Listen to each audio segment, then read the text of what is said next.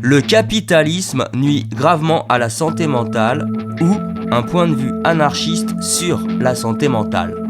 Prolétaires de tout pays, descendez dans vos propres profondeurs et cherchez-y la vérité. Vous ne la trouverez nulle part ailleurs. Piotr Archinov dans La Révolution Makhnoviste. Anxiété, insomnie, burn-out, troubles alimentaires, bouffées délirantes, dépression. Plus que jamais, notre santé mentale est mise à rude épreuve. Tous les chiffres s'accordent là-dessus. L'humanité ne s'est jamais aussi mal portée au niveau psychique.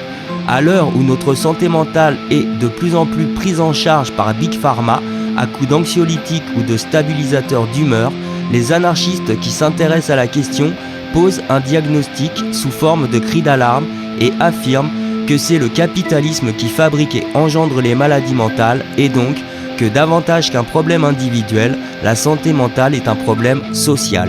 Or, aujourd'hui, une crise de la santé mentale frappe le monde entier. D'après l'OMS, plus de 300 millions de personnes souffrent de dépression profonde, tandis que 800 000 personnes se suicident chaque année.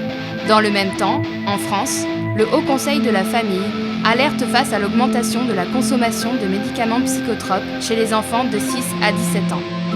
En 2021, 5% des mineurs prenaient des psychotropes, soit 2 fois plus qu'il y a 10 ans. Et la Caisse nationale de l'assurance maladie a fait les comptes. Entre 2014 et 2021, chez les moins de 20 ans, le taux de consommation d'antipsychotiques a grimpé de plus de 48%, les antidépresseurs plus de 62% et les psychostimulants plus de 78%.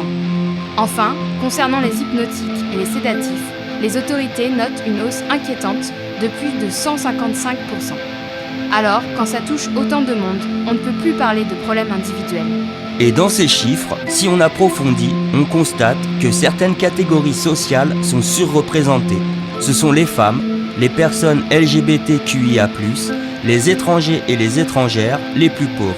Par exemple, les femmes souffrent 3 fois plus que les hommes de dépression, de troubles alimentaires et font 3 fois plus de tentatives de suicide.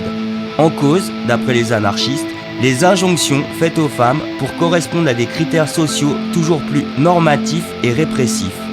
Quand les contradictions entre les contraintes du système et les besoins élémentaires de l'individu deviennent de plus en plus insupportables, ça entraîne la propagation de troubles psychiques toujours plus graves. Et des catégories entières n'arrivent pas à s'adapter à un monde de plus en plus envahissant et intrusif, par les médias notamment, qui déverse en flot continu l'image stéréotypée d'un bonheur illusoire et inaccessible. Sur les réseaux sociaux, la réalité se cache derrière des filtres, comme pour fabriquer une frustration permanente, un mal-être qu'on cherchera à soigner par tous les moyens, pourvu que ça passe. Mais ça passe pas.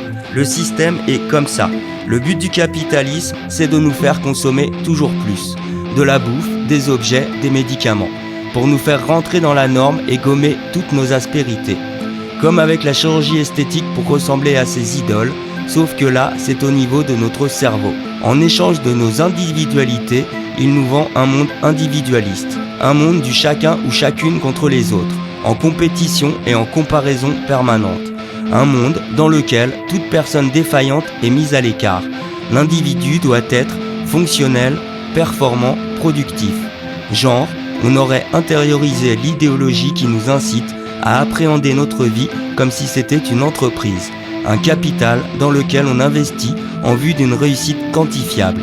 Et par la même occasion, on nous oblige à refouler tout ce qui est considéré comme négatif, la mort, la maladie, la faiblesse, la tristesse et tout ce qui pourrait nous ralentir dans notre course en avant. On le sait, le capitalisme est néfaste pour la santé. Entre la pollution industrielle, les accidents du travail, les maladies professionnelles, l'alimentation hyper transformée et les conditions de vie qu'il nous impose, le système abîme les corps de façon irréversible. Aujourd'hui, nous voyons qu'il est également incompatible avec une bonne santé mentale, puisque la vie dans la civilisation moderne est intrinsèquement traumatisante. Pour faire simple, on peut dire qu'il y a comme un conflit entre la poursuite impitoyable du profit par le capitalisme et les besoins essentiels des personnes. Déjà, il y a plus d'un siècle, Karl Marx écrivait que l'aliénation était une illustration de l'impact physique et mental mortifiant du capitalisme sur les êtres humains. En gros, Toutes nos souffrances psychiques sont les conséquences d'une organisation sociale dans laquelle l'argent compte plus que les gens.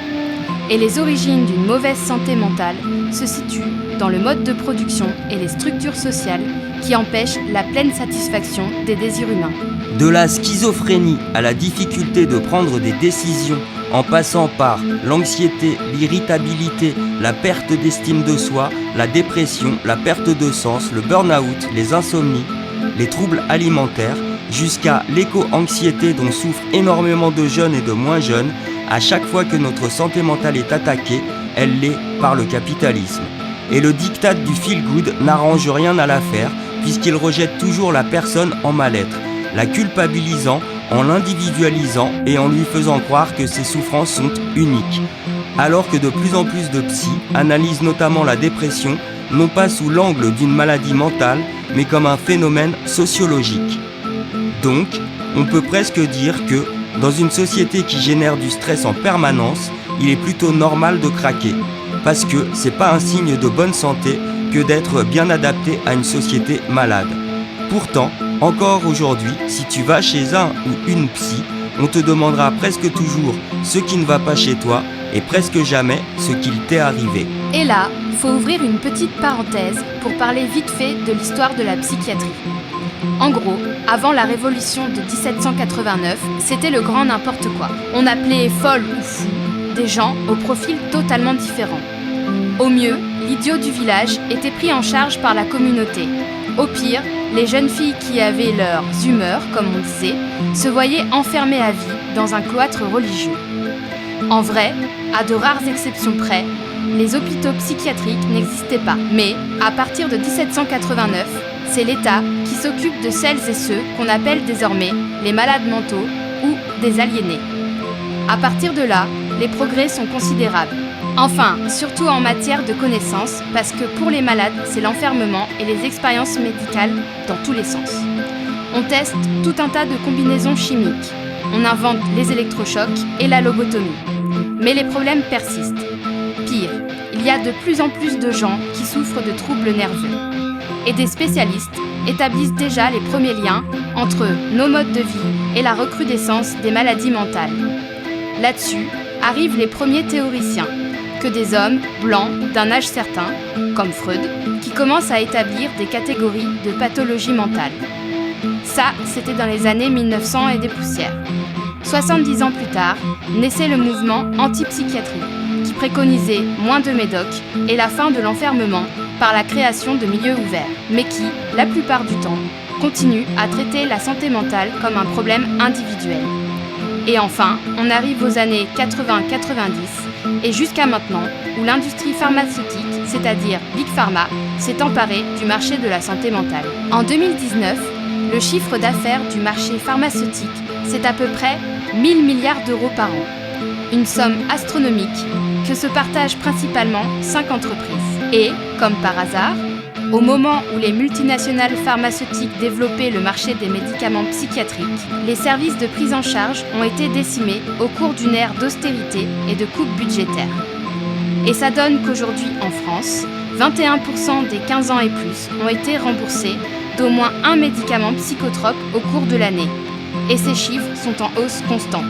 Alors que les médicaments agissent uniquement sur le plan biologique, de plus en plus de voix se font entendre pour dénoncer la supercherie qui veut que tous nos problèmes mentaux seraient dus à des déséquilibres chimiques cérébraux. Et c'est sans compter tous les effets indésirables des anxiolytiques et autres antidépresseurs, genre nausées, vertiges, bouffées d'angoisse, chute de tension, baisse de la libido, prise de poids, fatigue, insomnie. Mais depuis presque 40 ans, la domination de Big Pharma se fait sentir dans la prolifération de nouvelles maladies psy, style troubles de l'attention, enfants hyperactifs, attaques de panique, syndrome confusionnel et tout un tas d'autres termes qui ont envahi nos quotidiens et fait de nous des psychologues en freelance. Et qui nous poussent aussi à classifier nos comportements et nos émotions comme autant de maladies contre lesquelles l'industrie vend des remèdes. Ça donne qu'aujourd'hui, 90% des personnes qui ont affaire à des services psy se voient prescrire un médicament. Et si le marché des antidépresseurs n'a jamais été si florissant, c'est parce que le capitalisme sait offrir le remède aux maux qu'il engendre.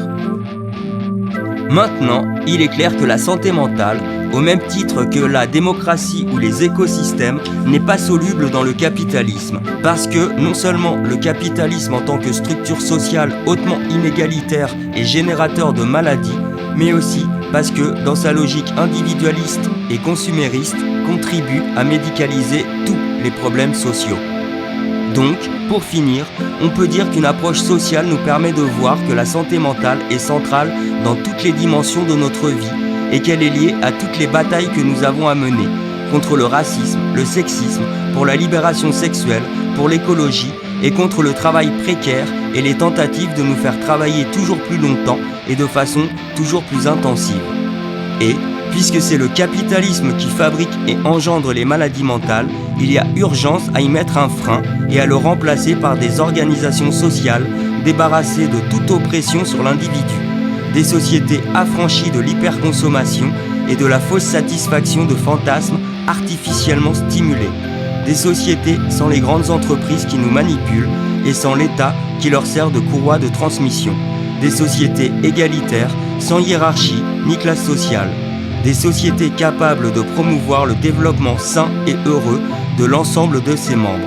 En un mot, des sociétés anarchistes, puisque l'anarchisme n'est pas seulement un courant politique, mais aussi une sorte d'art de vivre qui accorde à l'individu une place centrale.